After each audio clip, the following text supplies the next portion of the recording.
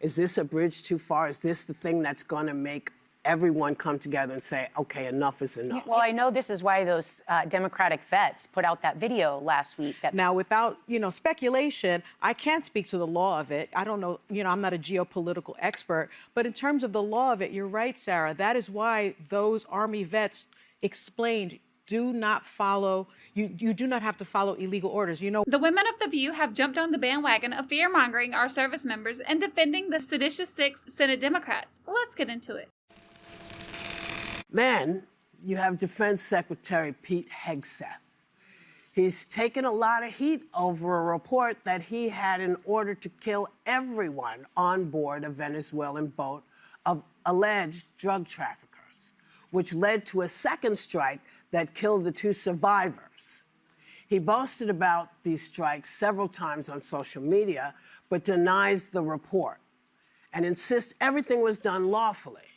Now, officials on both sides of the aisle, they're not so sure about all that. Whoopi says allegedly, as if our military doesn't have the intelligence to know what or who is on those boats. I mean, the question is, bottom line, these are drug boats. If people want to stop seeing drug boats blow up, stop sending drugs to the United States. But does it matter if it's in the United States? Well, these are all in international waters. The boat. Could you do a strike in the United States, or if Well, that's a different matter. Now you're talking about a law enforcement matter. In this particular case, there are people traveling on international waters headed towards the United States with hostilities in mind, which includes flooding our country with dangerous, deadly drugs. And they're going to be stopped. And that's what's happening. And in the case last week, you saw there was a submarine. It was a submarine. It was a submersible. That's a drug boat all the way through. We know what these boats are. The president just said it. We track them from the very beginning. We know who's on them, who they are, where they're coming from, what they have on them. If you're running drug boats, you're in grave danger. So the report claims Hegseth specifically gave the order to kill them all. Is this why Congress is motivated to do its job with some oversight? Is this a bridge too far? Is this the thing that's going to make everyone come together and say, okay, enough is enough? Well, I know this is why those Democratic vets put out that video last week that people said, why would they need to say what's already obvious, that, military personnel, they can refuse to act on an illegal order. And people were like, yeah, but there's nothing like that. Well, this is a situation where there were clearly in the cameras 2 men on parts of the explosion, and then they're killed. So the likelihood of this is it's not a war. We're not at war with Venezuela, but it's murder. It's flat out murder. And anyone that acted on those orders could be held on war crimes. It seems like Sarah is just blatantly ignoring the U.S.'s war on drug cartels. And I can't believe she actually accused our service members of flat-out murder and war crimes. She's basically calling them war criminals. But I don't recall Congress ever declaring war. These women must really hate our country not to see or just flat-out ignore that letting deadly drugs in the country to kill our young people is murder. And I think that's the thing. That's why it's a subterfuge. That's why you know that it's just not true, because a lot of the Venezuelan drugs, and there is drug trafficking there, a lot of it also ends up in Europe.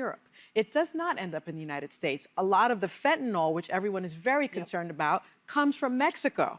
So the fact that they are dropping bombs in international waters outside of Venezuela and closing Venezuelan airspace seems to me to be some sort of subterfuge for something else.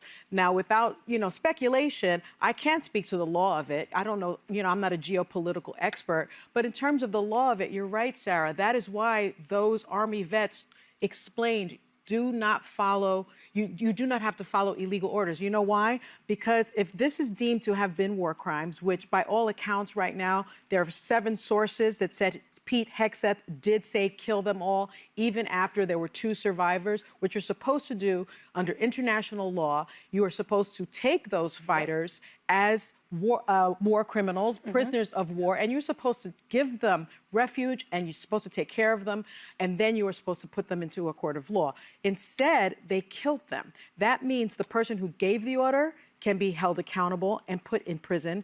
And that means the person that conducted, the people that conducted the orders, that pulled the trigger, are also responsible and can be held accountable. So now you have people that are serving their countries, that are serving this country as patriots, perhaps following an illegal order, and then themselves can be court-martialed. Well, imagine that. What he's done is he set them up. Yes. He has set them up. If He's set, it's true, yes. Listen, this is not the first time it's happened. Sunny started off with she can't speak to it, and then proceeds to give her all-knowing opinion, while having absolutely no idea what she's talking about. And I don't know what point she was trying to make, because it goes both ways. A member of our military can refuse a legal order because some members of Congress said they didn't have to follow orders based off of their feeling, and end up in court-martial just the same, but more likely than for them to be following a hypothetical illegal order from their commanding officers. It seems to me like the world of the Democrats is based off of feelings and hypothetical scenarios over reality. Whatever happened to the Epstein files? It seems like this is just another Democratic diversion and distraction. These women obviously don't know that the military works on a chain of command, and Congress is not in that chain. It's a wink and a nod, and it's all meant to undermine the President of the United States. The military does not have a right to undermine the chief. Hold on a second.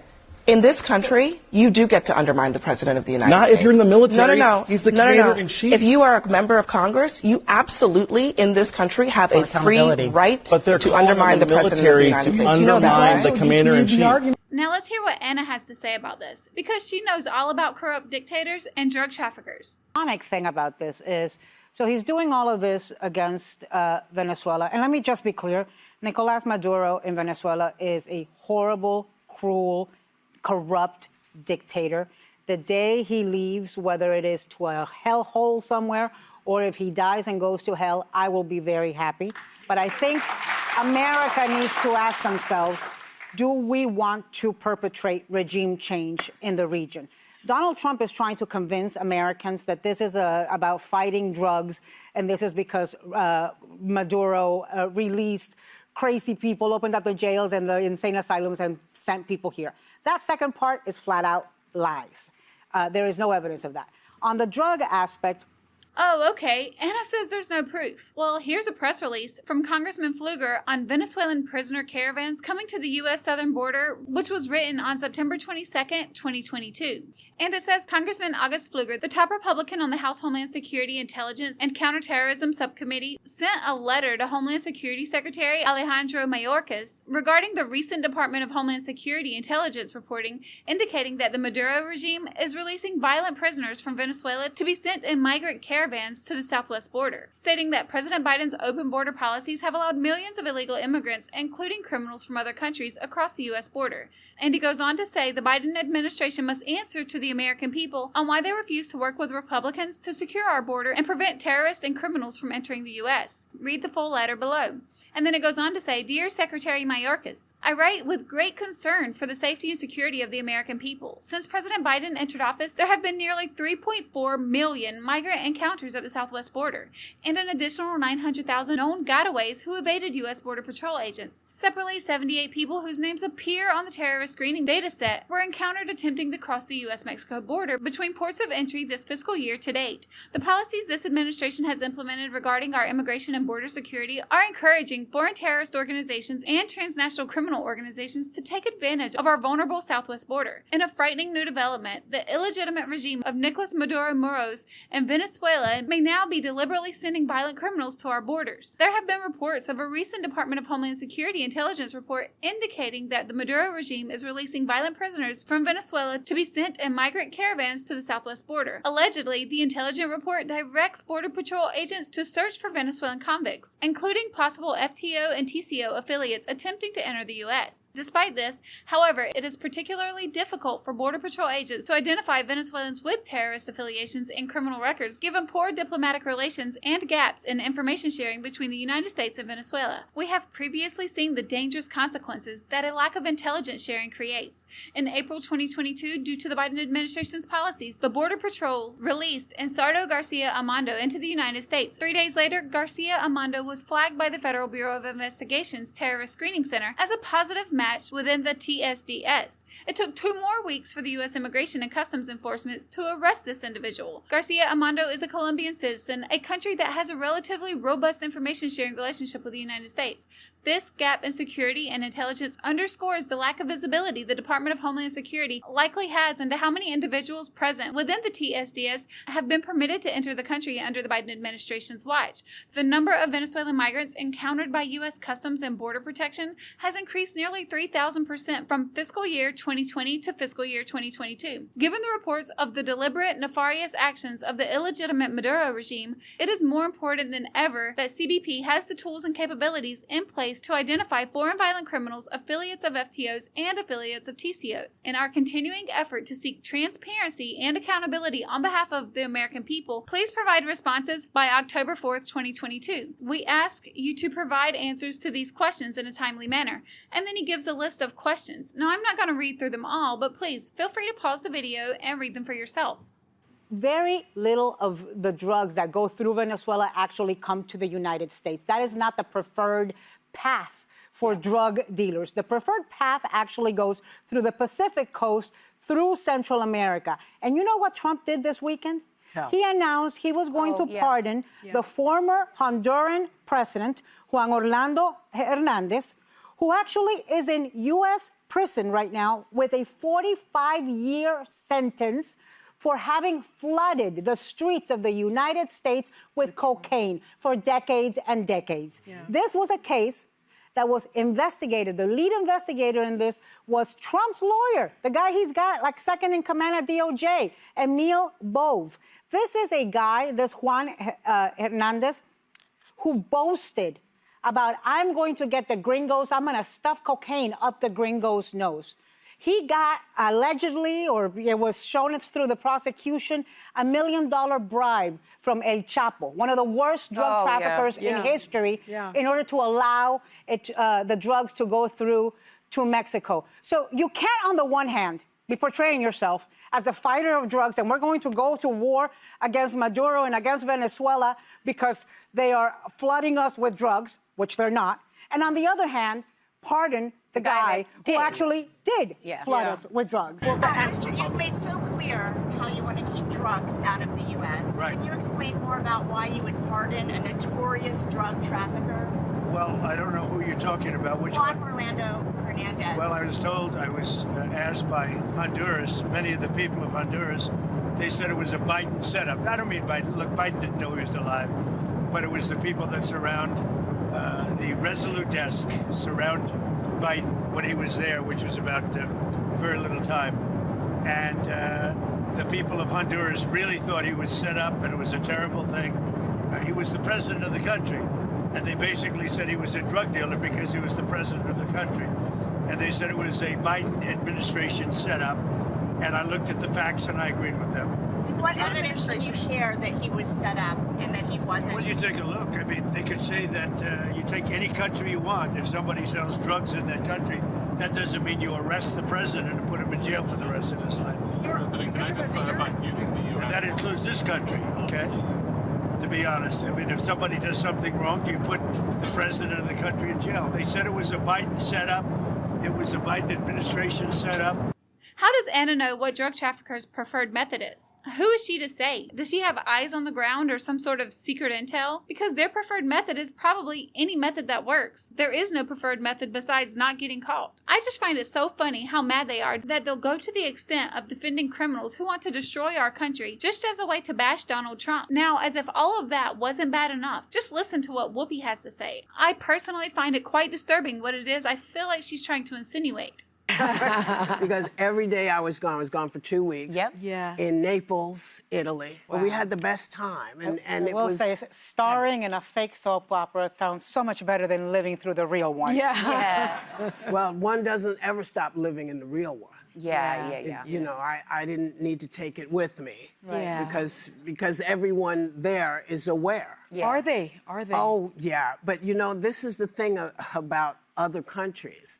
They've lived through this. They've gone through this. You said that. They know what this is like, and they're just biding their time saying, when the people decide enough is enough, it will be enough. And so that's going to take what it is. But did you catch that? What kind of insinuation was that, besides an extremely dangerous one? I'm sorry, but this entire narrative just feels like the newest attempt to manufacture a Trump-related crisis, because the previous ones we all know have completely failed. From their endless investigations and accusations to Epstein and every hoax in between has failed. So now it seems like the focus has shifted to something even more sinister. They've literally resorted to pushing the idea that active duty military members should refuse orders if they feel like they're illegal, without actually knowing. This really crosses a line. It seems like an effort to influence our service members into decisions that could cost them their careers, their freedom, and their lives. And sadly, the people who are pushing this idea aren't going to be the ones standing behind these poor soldiers who decide to break rank and follow this advice. If a service member actually takes their word seriously and disobeys a lawful command, is Sunny going to speak to the law of it and defend these guys? I don't think so. She'll be up there sipping lattes, spreading the latest anti-Trump, anti-America propaganda. No one will show up in court or take responsibility. But I guess it's easy for these hens to push this rhetoric because at the end of the day, they have nothing to lose. But I do have a serious question. Would this not be considered furtherance of a crime? Because isn't supporting the refusal of military orders based on unverified claims from anonymous sources considered a form of encouraging sedition? These women are literally repeating and amplifying a story that they can't verify while adding their own accusations. And let's not forget, these are the same people who told the country that the border was secured, despite overwhelmingly factual evidence to the contrary. They also insisted that there was nothing wrong with the previous administration's handling of crises, even when it was falling apart in front of our eyes. And I believe it was Whoopi who once suggested not to believe our lying eyes. And we must teach our people how to be on the lookout. Part of our problem is the media takes what is the best clickbait. So you see the same posters or you see the same people. The sad truth is, it doesn't matter what the evidence says. It doesn't matter what the law says. It doesn't matter what the Constitution says. If the situation involves Trump, they'll call it illegal automatically. Which is funny because they had no problem with the drone strikes under the Obama administration, even though thousands of bombs were dropped across the Middle East with significant consequences. There was no call for service members to defy orders then. No one was accusing them of murder. Or what about that whole family of like 10 civilians that got taken out because the Biden administration, according to the New York Times, in one of the final acts of its 20-year war in Afghanistan, the United States fired a missile from a drone at a car in Kabul that was parked in the courtyard of a home. The Pentagon claimed the target and victim was a facilitator for the Islamic State and that his car was packed with explosives. They said that it was a righteous strike, but he was actually an aid worker. But they saw him bringing in jugs of fresh water for his family and claimed it to be explosives. They even admitted that this was a mistake. But where were the war crimes then? Where was the protest? The public outrage? Did the women of The View even acknowledge that innocent family? I don't think so. Meanwhile, our country has lost over 1 million Americans to drugs since 2000 alone. Families have been torn apart. Communities have literally collapsed. The connection between foreign drug operations and domestic deaths is real. And the fact that these women refuse to acknowledge this reality shows how disconnected they really are, or they just simply don't care about the suffering that ordinary people face. This is without a doubt a national crisis, even if they refuse to admit it.